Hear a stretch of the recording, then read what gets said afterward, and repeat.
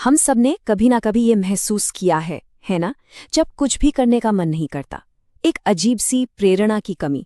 तो आज हम इसी सवाल के अंदर तक जाएंगे कि आखिर हम जो करते हैं वो करते क्यों हैं। चलिए इस सफर को शुरू करते हैं। कभी सोचा है कि वीडियो गेम में या सोशल मीडिया पर घंटों कैसे निकल जाते हैं, पता ही नहीं चलता। मतलब बिना किसी जोर जबरदस्ती के हम ये सब आराम से कर लेते हैं। और वहीं दूसरी तरफ जैसे ही बात आधे घंटे पढ़ाई करने की या किसी काम पर ध्यान लगाने की आती है तो ऐसा लगता है जैसे कोई पहाड़ चढ़ना हो। हम सबको पता है कि लंबे समय में तो यही चीजें काम आएंगी, फिर भी ऐसा होता क्यों है? इस पहेली को समझने के लिए ना दो बहुत ही अलग अलग कहानियों पर नजर डालते हैं। एक कहानी एक लेखक की है और दूसरी एक अभिनेत्री की। ये दोनों हमें प्रेरणा और संघर्ष की दो बिल्कुल अलग तस्वीरें दिखाएंगी। तो पहली कहानी है एक लेखक की। सोचिए, उसका बचपन बहुत अच्छा बीता, लिखने का शौक भी था, और फिर किस्मत तो जैसे उस पे मेहरबानी हो गई। एक मुलाकात और वो सीधे एक बड़े पब्लिशर तक पहुंच गया। रातों रात उसे शोहरत मिल गई। ऐसा लग रहा था मानो सब कुछ उसे थाली में सजाकर मिला हो। और फिर दूसरी तरफ है ये अभिनेत्री। इसकी कहानी बिल्कुल उल्टी है। उसने अपने दादा दादी को खोया, शहर आकर नौकरी गंवाई और न जाने कितनी मुश्किलों का सामना किया, पर उसने हार नहीं मानी। थिएटर के पास एक छोटी सी नौकरी से शुरुआत की, एक मौका पकड़ा और आज वो थिएटर स्कूल और डिलीवरी की नौकरी दोनों एक साथ संभाल रही है। तो इन दो एकदम अलग कहानियों के पीछे वजह क्या हो सकती है? इसका जवाब पता है कहाँ छिपा है? हमारे दिमाग के अंदर एक छोटे से केमिकल में। चलिए डोपामिन की दुनिया में गोता लगाते हैं। अच्छा, यहाँ एक बहुत बड़ी गलतफहमी है। ज्यादातर लोग सोचते हैं कि डोपामिन का मतलब है खुशी, पर असल में ये खुशी का नहीं बल्कि चाहत का अणु है। ये वो चीज़ है जो हमें कुछ पाने के लिए उकसाती है। ये वो ताकत है जो हमें सुबह बिस्तर से उठाती है। डोपामिन कितना ताकतवर है, इसे समझने के लिए वैज्ञानिकों ने चूहों पर एक बड़ा ही दिलचस्प और थोड़ा डरावना प्रयोग किया। उन्होंने चूहों के दिमाग में एक इलेक्ट्रोड लगाया, जिससे जब भी चूहा एक लीवर दबाता तो उसके दिमाग का रिवॉर्ड सिस्टम यानी इनाम वाला हिस्सा एक्टिवेट हो जाता था। और जो नतीजा आया वो हैरान करने वाला था। चूहों को उस लीवर को दबाने की ऐसी जबरदस्त लत लगी कि वो खाना पीना सोना सब कुछ भूल गए। वो बस घंटों तक वो लीवर दबाते रहे, तब तक जब तक कि वो पूरी तरह थक के गिर नहीं गए। पर कहानी यहाँ खत्म नहीं हुई। इसके बाद वैज्ञानिकों ने सब कुछ उलट दिया। उन्होंने चूहों के दिमाग में डोपामिन के बहाव को ही ब्लॉक कर दिया, उसे रोक दिया। और इसका असर उतना ही जबरदस्त था। डोपामिन के बिना वो चूहे इतने ज्यादा सुस्त हो गए कि उनमें जीने की कोई इच्छा ही नहीं बची। यहाँ तक कि वो पानी पीने के लिए भी नहीं उठ रहे थे।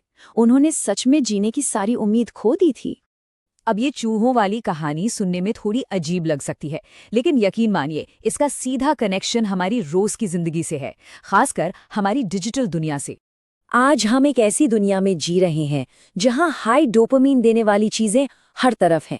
सोशल मीडिया पर स्क्रॉल करना, वीडियो गेम खेलना, लगातार फोन के नोटिफिकेशंस चेक करना, ये सब हमारे दिमाग में डोपामिन की बाढ़ ले आते हैं, ठीक वैसे ही जैसे उन चूहों के साथ हुआ था।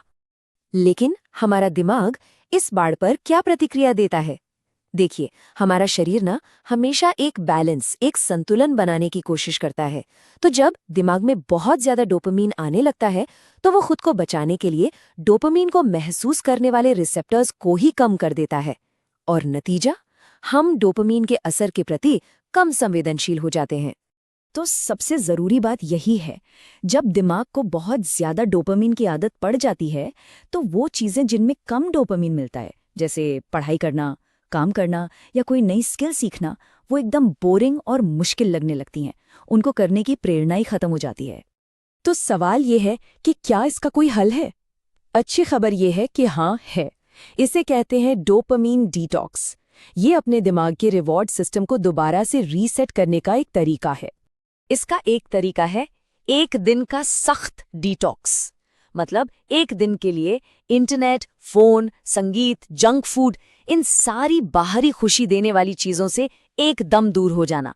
बस बोरियत को गले लगाना है, जैसे कि टहलना, ध्यान करना या बस कागज पर कुछ लिखना। अब सोचिए ये काम कैसे करता है। इसे ऐसे समझिए, अगर कोई किसी सुनसान द्वीप पर भूखा हंसा हो तो उसे सादे चावल का एक कटोरा भी दुनिया का सबसे स्वादिष्ट खाना लगेगा। डोपामिन डिटॉक्स भी ठीक यही करता है। ये आपको हर तरह के सुख से दूर कर देता है ताकि जो सामान्य बोरिंग लगने वाली चीजें हैं वो फिर से मजेदार और आकर्षक लगने लगें। चलिए अब इस साइंस से वापस उन इंसानी कहानियों पर चलते हैं, क्योंकि डोपामिन तो कहानी का सिर्फ एक हिस्सा है, प्रेरणा का एक और बहुत बड़ा स्रोत भी है, जैसा कि हमें उस अभिनेत्री की कहानी दिखाती है। वो जो लेखक था जिसे सब कुछ इतनी आसानी से मिल गया था, वो अब एक ऐसे मोड़ पर है जहां उसे कुछ भी सूझ नहीं रहा। उसकी प्रेरणा, उसकी इंस्पिरेशन उसे छोड़कर जा चुकी है। उसे लग रहा है कि शायद उसमें कभी कोई हुनर था ही नहीं, ये सब तो बस किस्मत का खेल था। और तभी उस अभिनेत्री की एक बात सब कुछ बदल देती है। वो उसे बताती है कि कैसे मुश्किल समय में उसकी किताब उसका सहारा बनी, उसके लिए एक दोस्त जैसी थी। यह सुनकर लेखक को पहली बार एहसास होता है कि उसके काम ने उन लोगों की जिंदगी पर भी असर डाला है जिनसे वो कभी मिला तक नहीं। अभिनेत्री की सोच देखिए कितनी साफ है। वो सिर्फ किस्मत के भरोसे नहीं बैठी रही। उसने कहा कभी कभी किस्मत की थोड़ी मदद करनी पड़ती है। ये दिखाता है कि जब हमारे पास कोई मकसद होता है, कोई वजह होती है, तो प्रेरणा दिमाग के केमिकल से कहीं ज्यादा बड़ी चीज बन जाती है।